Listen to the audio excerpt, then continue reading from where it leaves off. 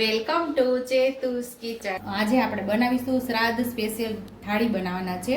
બધા ગુજરાતીઓની ઘરે આ થાળી તો બનતી જ હોય છે અને આવી જ રીતે બનતી હોય છે। થોડો થોડો કદાચ સ્વાદમાં ફેર થતો હોય છે, પણ હું આજે મારા પરિવારની અંદર જે શ્રાદ્ધની થાળી બને છે હું આજે બતાવું છું।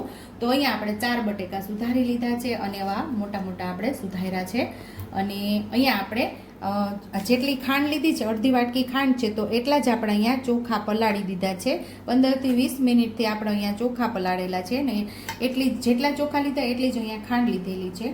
અહીંયા અડધી ચમચી જેટલે એલચી જાયફળનો ભૂકો લીધો છે। અહીંયા કાજુ બદામની કતરણ કરી લીધી છે અને અહીંયા આપણે આ 2 વાટકી માપનો ઘઉંનો લોટ લીધેલો છે, એટલે કે 2 વાટકા આપણે આ જ માપનો ઘઉંનો લોટ છે, તો અડધો વાટકો આપણે અહીંયા રવો લીધો છે અને અહીંયા મીઠું છે, લીલા ધાણા છે। બાકી રેગ્યુલર મસાલાની અંદરથી મસાલાનો ઉપયોગ કરી સિમ્પલ એવી મસ્ત એવી ટેસ્ટી એવી આપણે એકદમ ઝડપથી બની જાય એવી આપણે શ્રાદ્ધ સ્પેશિયલ થાળી બનાવવાના છીએ અને ખીર આજે આપણે કુકરની અંદર જ બનાવશું એટલે ઝડપથી બની જાય। તો દૂધ અહીંયા આપણે સાઈડ ઉપર રાખેલું છે। 1 ચમચી જેટલું આપણે ઘી મૂકીએ અને કાજુ બદામને આપણે એમાં સાતડી લેવાના છે। હાલો આપણે હવે અહીંયા ઘી ગરમ થઈ ગયું છે, તો કાજુ બદામની કતરણને આપણે સાતડી લેવાનું છે એમાં।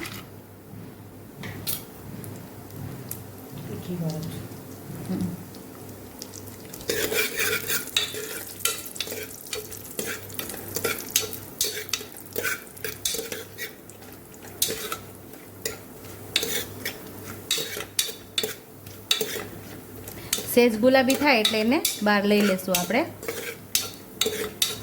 હવે આપણે એને બહાર કાઢી લેશું। હવે આપણે ઘી બચેલું છે એની અંદર આપણે ચોખાને ઉમેરી દઈશું।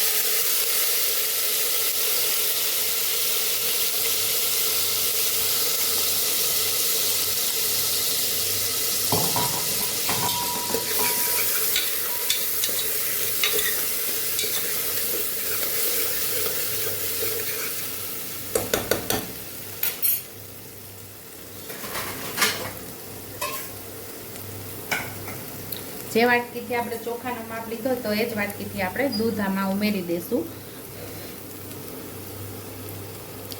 3 વાટકી જેટલું આપણે દૂધ ઉમેરવાનું છે। તો અહીં આપણું 3 વાટકી દૂધ ઉમેરી દીધું છે અને 4 સીટી આપણે લેવાની છે। ખીર બનાવવા માટે આપણે ઊંડા કુકરનો ઉપયોગ કરવાનો, જેમ કે ઊંડું હોય એટલે લાંબુ જે હોય એની અંદર લેવાનું, એટલે આપણા જે ખીર પાકે દૂધ અને ખીર બે પાકશે ઉભરાય નહીં એટલા માટે। અહીંયા આપણે હવે કુકર બંધ કરી દઈશું।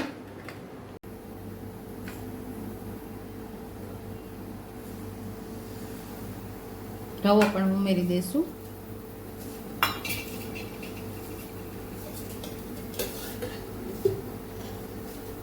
એક નાના ચમચા જેટલો આપણે તેલ ઉમેરશું। સ્વાદ મુજબ આપણે મીઠું ઉમેરશું।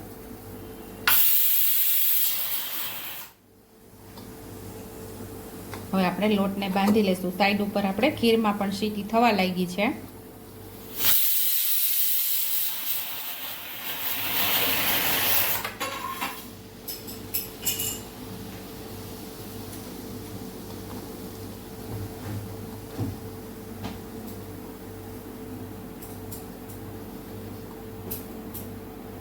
થોડું થોડું પાણી ઉમેરતા જાય અને લોટ બાંધી લેવાનો છે।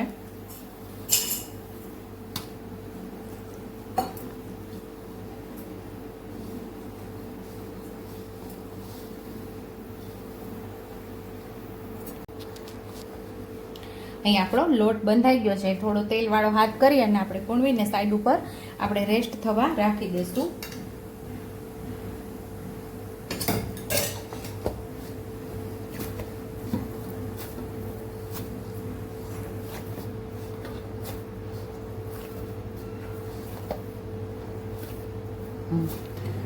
ખીર આપણી થઈ ગઈ છે સાઈડ ઉપર સીટી, તો હવે એને ઠંડુ થવા દેશું અને અહીંયા આપણે શાકનો વઘાર કરી લેશું।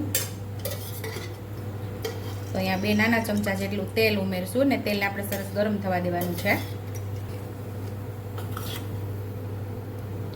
તો અહીંયા આપણું તેલ ગરમ થઈ ગયું છે, તો અડધી ચમચી જેટલી રાઈ ઉમેરશું, અડધી ચમચી જેટલું જીરું ઉમેરશું, 1 તમાલપત્ર, 2 સૂકા મરચાં, 5 ચમચી જેટલી હિંગ ઉમેરશું, અડધી ચમચી જેટલી હળદર ઉમેરશું. અહીંયા આપણે શાકનો વઘાર કરી દઈશું.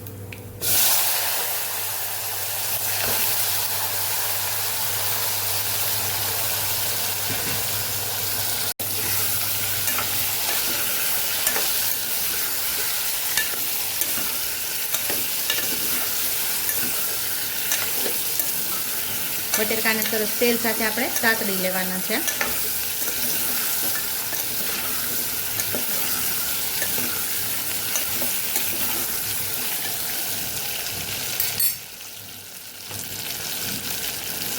સ્વાદ મુજબ આપણે મીઠું ઉમેરશું.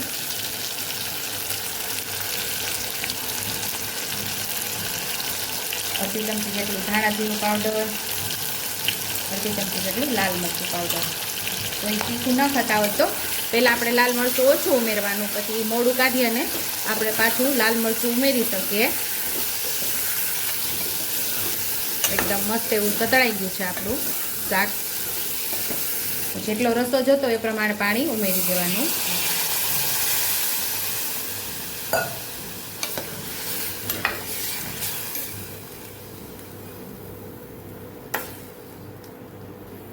બટેકાની ઉપર સુધી પાણી આવે એટલું પાણી ઉમેરવાનું, એટલે કે તમારે જે પ્રમાણે રસો જોતો હોય શાકની અંદર એ પ્રમાણે તમારે પાણી ઉમેરવાનું છે.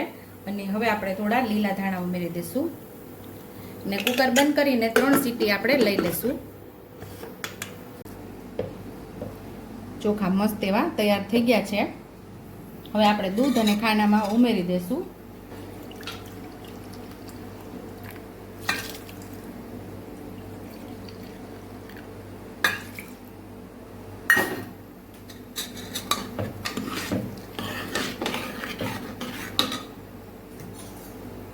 આપણે ખાંડ પણ ઉમેરી દઈશું, એલચી પાવડર પણ ઉમેરી દઈશું. ખાંડ ઓગળશે એનું પણ પાણી થશે. હવે આપણે આને ઉકળવા દઈશું.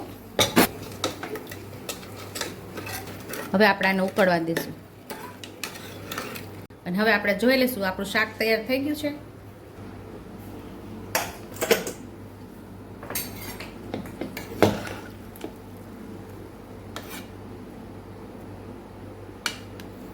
તો અહીંયા મસ્ત એવું આપણું શાક તૈયાર થઈ ગયું છે. તો અહીંયા આપણે મોળું જે કાઢવાનું હતું એ આપણે કાઢી લીધું ને ઉપરથી હવે લાલ મરચું પાવડર ઉમેરી દઈશું. જે પ્રમાણે તીખું ખાવું હોય એ પ્રમાણે લાલ મરચું પાવડર ઉમેરી દેવાનું. અડધી ચમચી જેટલું ધાણા જીરું પાવડર ઉમેરવાનું છે. સરસ બધું મિક્સ કરી લેવાનું છે.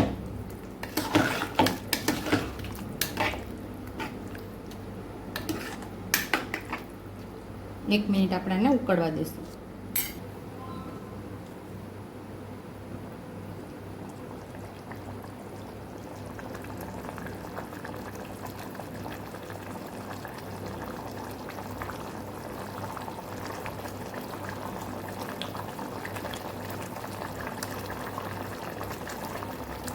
તો અહીં આપણે 1 મિનિટથી સરસ ઉકળે છે. આપણું શાક ઉકળી ગયું છે.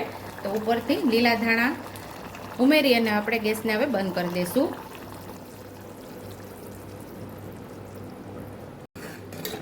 તો અહીંયા મસ્ત એવી આપણી ક્રીમી ખીર તૈયાર થઈ ગઈ છે. તો જે કાજુ બદામ આપણે સાતડીને રાખેલા એ આપણે ઉમેરી દેવાના છે.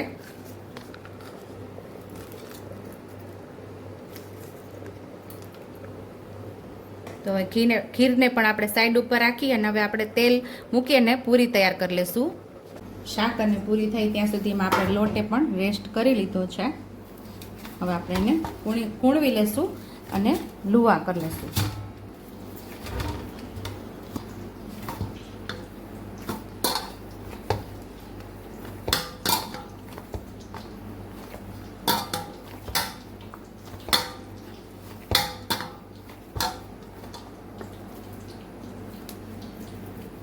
સાઈડ ઉપર આપણે તેલ પણ ગરમ થવા રાખી દીધું છે ને હવે આપણે લુવા કરી લઈશું. નાના નાના અવડા આપણે લુવા કરવાના છે.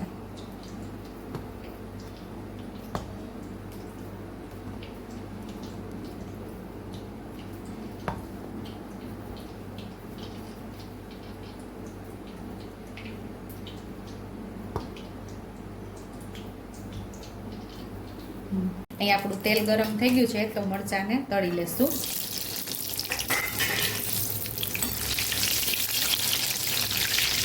મરચાંમાં આપણે પહેલેથી જ કાપા પાડી લીધા હતા એટલે એ ફૂટે નહીં.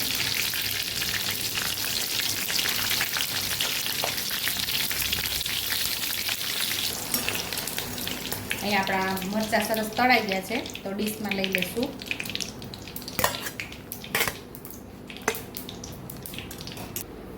ઉપરથી આપણે ધાણા જીરું સ્પ્રિંકલ કરી દઈશું, ચપટી હિંગ અને મીઠું.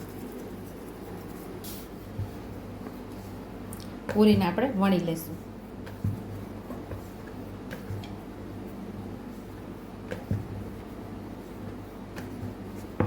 આટલી થિકનેસ વાળી આપણે પૂરીને વણવાની છે.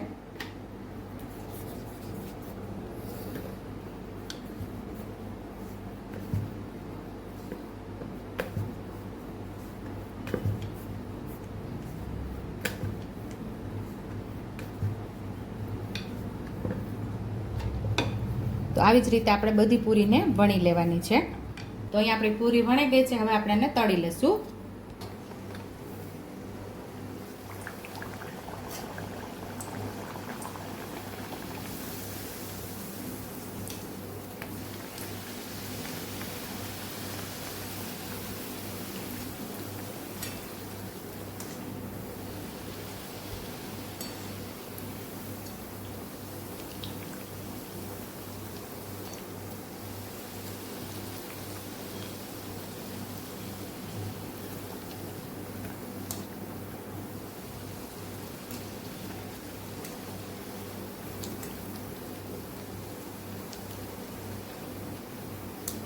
સેજ ગોલ્ડન કલર આવે એવી આપણે પૂરીને તળવાની છે. તો અહીંયા આપણી ગોલ્ડન કલર આવી ગયો છે આપણે પૂરીનો. તો પૂરીને આપણે બહાર લઈ લઈશું. સેમ આ જ રીતે બધી પૂરીને આપણે તળી લેવાની છે.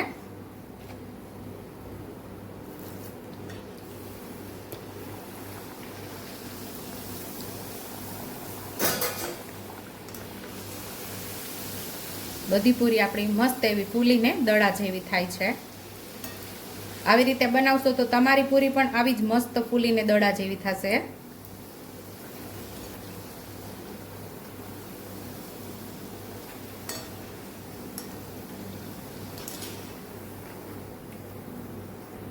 તો અહીંયા આપણી પૂરી પણ તૈયાર છે. તો શ્રાદ્ધ સ્પેશિયલ થાળી આપણે સર્વ કરી લઈશું. તો અહીંયા શ્રાદ્ધ સ્પેશિયલ આપણી થાળી તૈયાર છે. જો તમને મારી રેસીપી પસંદ આવી હોય તો મારી રેસીપીને લાઇક કરજો, શેર કરજો, સબસ્ક્રાઇબ કરજો, બેલ આઇકોનને દબાવતા ભૂલતા નહીં અને કમેન્ટ બોક્સમાં કમેન્ટ કરજો કે મારી રેસીપી કેવી લાગી. તો આવજો.